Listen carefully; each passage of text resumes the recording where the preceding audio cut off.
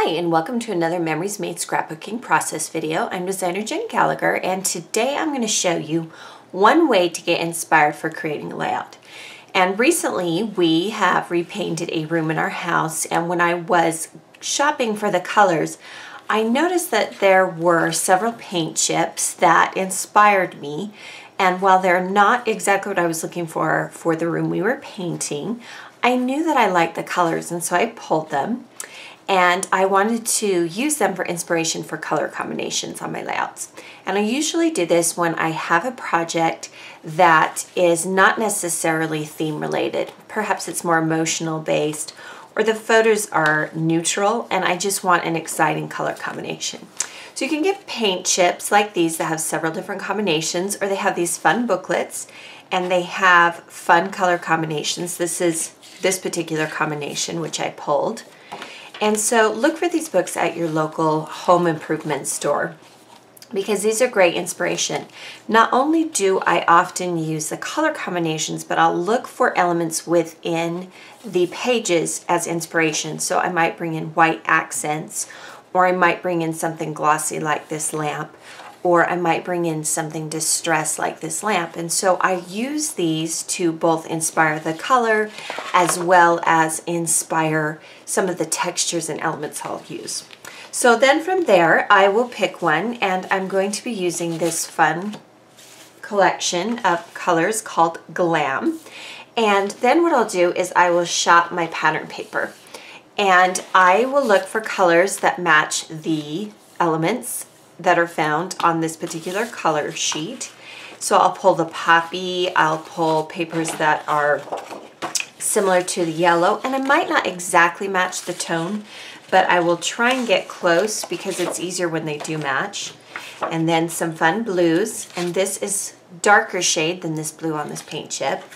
And then for some grays, I'm going to pull in this Photo Freedom Volume 1, and it's dictionary paper. And I don't use, obviously, every paper that I pull, and you'll notice that these are all scraps, and it's a great way to use them up. Then from there, I will start pulling embellishments that I think might match.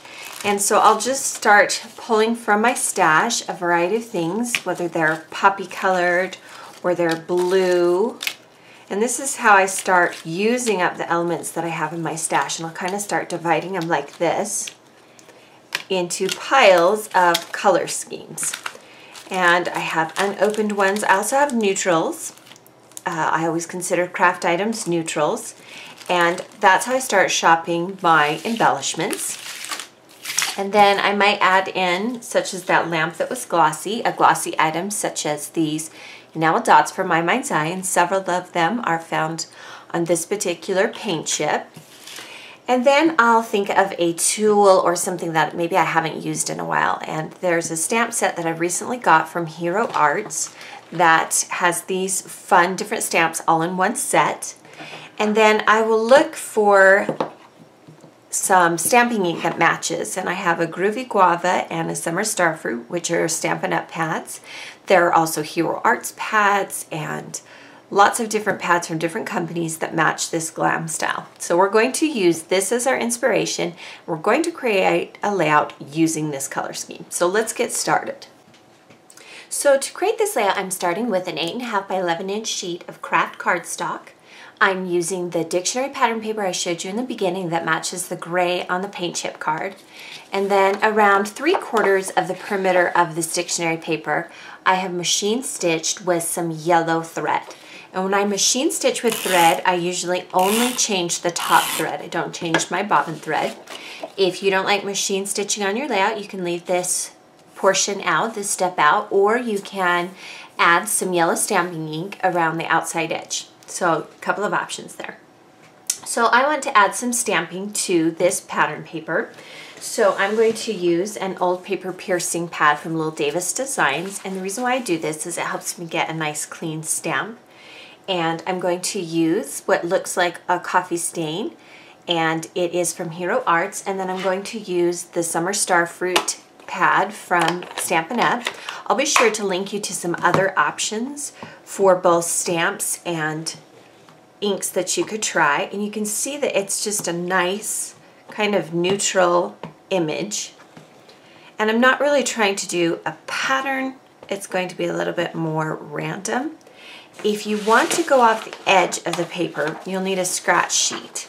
And you simply put them close together and then stamp off the page. So let's do the same thing here at the top. We'll ink it up. And then we'll do one more on the side of the edge. You could also do this before you put it down on your cardstock, but again, put it on your scratch paper. So that's a nice yellow that matches the paint chip card. Now let's start adding some elements to our layout. And I'm going to leave the paint chip close by so you can see how I've been inspired by it to create. So again, I'm using lots of scratch pieces of paper. This is from the Little Yellow Bicycle collection, and it is purple on one side, but it has a nice teal on the other. And I'm just going to layer some pattern papers here. This is from the Here and Now collection. It is a nice yellow on the back, and it's 4x6 cards on the other side from Echo Park paper. We'll just layer this on top a little bit. And then across the center of the page, I wanted to bring in some texture, but I also wanted to match this nice poppy color. And this is a corrugated sheet of paper, and corrugated paper is really hot right now. I will link you to several different colors that match this color scheme. So even if the pattern paper I've used is out of stock at 2-piece, you can maybe look at the patterns I've suggested and find something else that would match. Then these particular envelopes are from Fancy Pants, and you could add additional photos, journaling, you could add glitter inside, you could have a lot of fun with these. And I'm just going to layer these behind this corrugated cardstock. And because they're quite thick, it's making this corrugated cardstock stick up just a little bit. So I'm going to add a glue dot at the corner of this cardstock piece, and that will help hold it in place. You can see it just helps it hold it down. Then I'm going to use a white doily, and while some manufacturers make these, you can find these often at the dollar store or cake decorating places, and they come in a variety of sizes. And you can also, if you're only going to use part of the doily, cut off the lower portion and save it for another project. I'm all about keeping supplies and not wasting them. So we're going to layer that right there. I have a black and white photo, and I told you that when I'm doing a color scheme that's inspired by something like a paint chip, I usually look for a memory that isn't theme related. And this particular one is of my daughter and her niece going to the zoo. And so there were a lot of zoo pictures, but I pulled out a picture that showed their relationship, and the journaling documents their relationship. So that's one way that you can be inspired by color, but yet not take away from the story that you're trying to tell. So this is the journaling that I printed the story on, and originally I printed on the textured side. When I printed it, it was hard to read the journaling, so I reprinted on the smooth side. So if you find that it's hard to read either your handwritten or printed journaling, try the smooth side of the cardstock. Many of your textured cardstocks also have a smooth side. These are exclusive paper clips to the 2-piece store, and they come in several different colors. I'm going to use a yellow one, and I'm going to add it to the side of the journaling before I adhere it to the layout.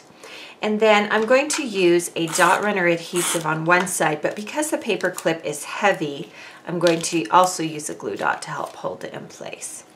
We'll just add this to the lower portion. Then a fun element I wanted to add is this die cut piece from Simple Stories. And they are fun for adding to your Project Life Photo Freedom pages, or they're fun to add to cards. Here I'm using it on a layout. And we're going to tuck it underneath, and I'm going to let some of that blue cardstock show underneath. So it's just a fun way to layer. And then I have a die cut from Studio Calico that says, "You are my sunshine," and rather than just stick it flat on my page, I am going to use some adhesive foam dots on the other side of it. And I'll just add 3, and that gives it a little bit of shadow and dimension. And we'll overlap this bottom portion here.